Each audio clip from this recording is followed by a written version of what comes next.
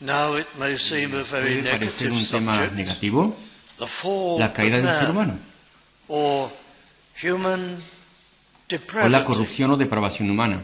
The great doctrine Esta gran doctrina de la depravación o corrupción humana. ¿Qué tema? Y sí, uno podría pensar que es negativo, pero es un tema vital. Sin entendimiento de la caída, sin entender la depravación o corrupción del corazón humano, no podemos saber absolutamente nada respecto del amor perdonador de Dios. No sentiríamos la necesidad del perdón de Dios si nosotros no entendiéramos el estado de la naturaleza humana y el estado de nuestro propio corazón. Si es así, si no entendemos, nunca podemos buscar verdaderamente el perdón de Dios en los términos que Él ha establecido. Nunca podríamos depender de Él. Nunca podríamos tener hambre y sed de la salvación, sed del perdón.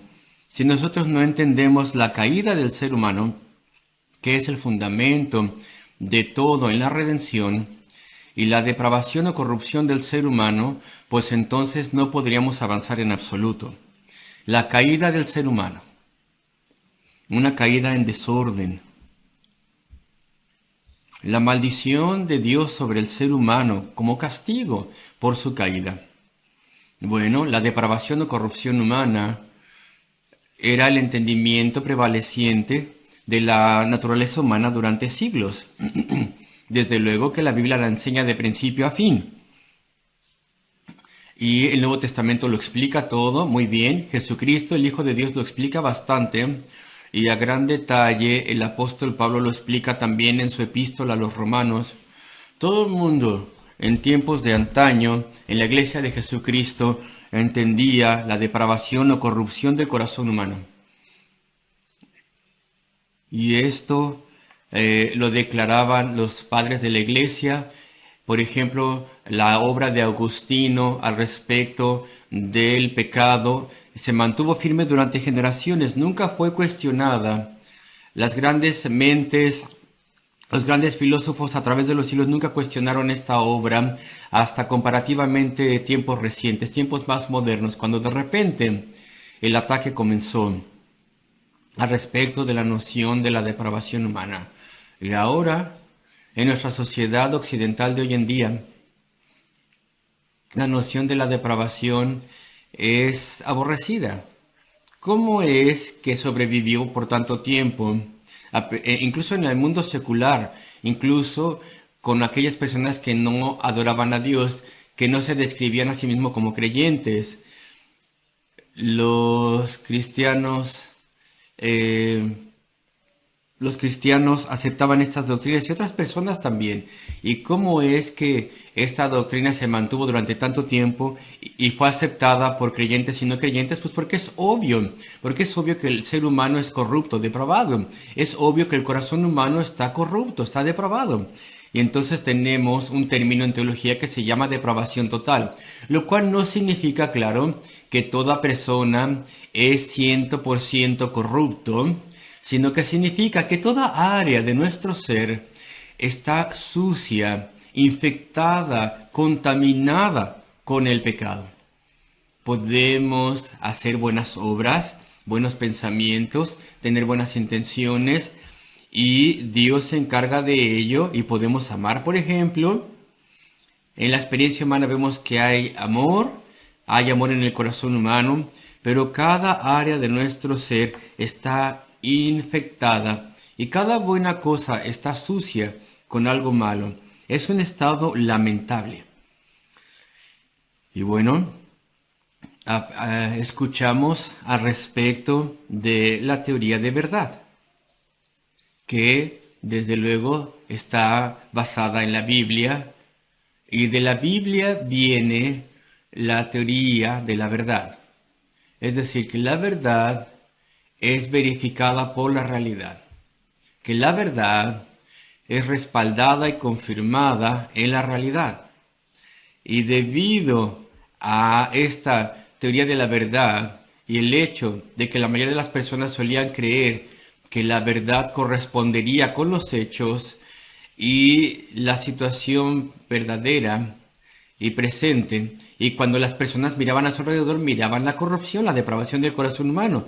Y lo vemos en la historia. ¿Y qué es la historia si no es la historia de la caída del hombre y su corrupción, depravación continua? Ese es el tema más primordial en toda la raza humana. Vemos de forma internacional cómo se comportan las personas y lo vemos en un país en específico. Y hay problemas de pecado del corazón humano y esto se manifiesta en todas las partes, incluso en nosotros. Deja de lado todo y mírate a ti mismo. ¿Qué soy yo? ¿Qué somos? Somos pecadores. Estamos corrompidos en toda área de nuestro ser. ¿Cómo Dios puede lidiar conmigo? ¿Cómo puede tener tratos conmigo? Pues voy a ver cómo esta depravación la explica la palabra de Dios, incluso este pasaje, Isaías capítulo 1 versículo 2. Y primero que nada, vemos cómo el ser humano es irrazonable en contra de Dios. Dios nos mira, ¿y qué es lo que ve cuando nos mira? Pues Él ve que somos seres irrazonables. Y voy a explicar por qué. Oíd cielos y escuchad tu tierra. ¿Qué palabras tan extrañas son estas? Isaías habla inspirado por Dios. Él ha descrito esto como una visión y es Dios el que habla a través de él. Y Dios dice, escucha, sol, estrellas, luna, cosas que no tienen vida, que no tienen voz, que no tienen mente. Y aquí Dios se dirige a todas estas cosas como si tuvieran una voz y como si tuvieran una mente y un punto de vista. Y también le habla a la tierra, oh tierra, las rocas, los valles. Y la idea que se tiene aquí en este vocabulario extraño es la siguiente, que si pudieran hablar y si pudieran pensar, incluso estas rocas sin vida testificarían al respecto de cómo la raza humana no es razonable. La actitud que tiene en contra de Dios no es razonable. Todo lo que podamos mirar, si pudiera hablar, estaría de acuerdo en este punto. El hombre es completamente irrazonable en contra de Dios. Escucha, dice aquí, oíd cielos, escucha tu tierra, porque habla Jehová. Habla Jehová.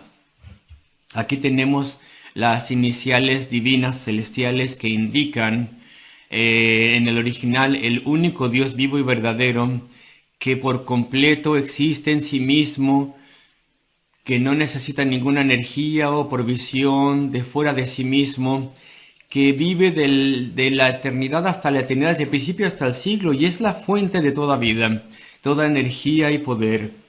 Dice, porque el Señor ha hablado. Y aquí tenemos las razones. Vemos aquí cómo el ser humano es irrazonable.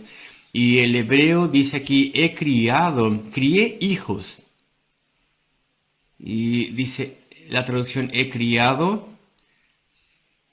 crié hijos y los engrandecí y ellos se rebelaron contra mí. Dice, le di a la raza humana todo.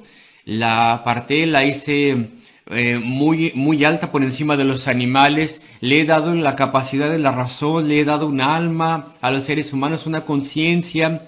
Le he dado creatividad, le he dado idioma y todo tipo de cosas le he dado a la raza humana. Le he dado una conciencia clara de su alrededor y de ellos mismos y una vida inteligente, tantos privilegios, tantos dones, tantas capacidades. Y aún así me tratan, dice el Señor. Se han apartado de mí, se han rebelado en contra de mí.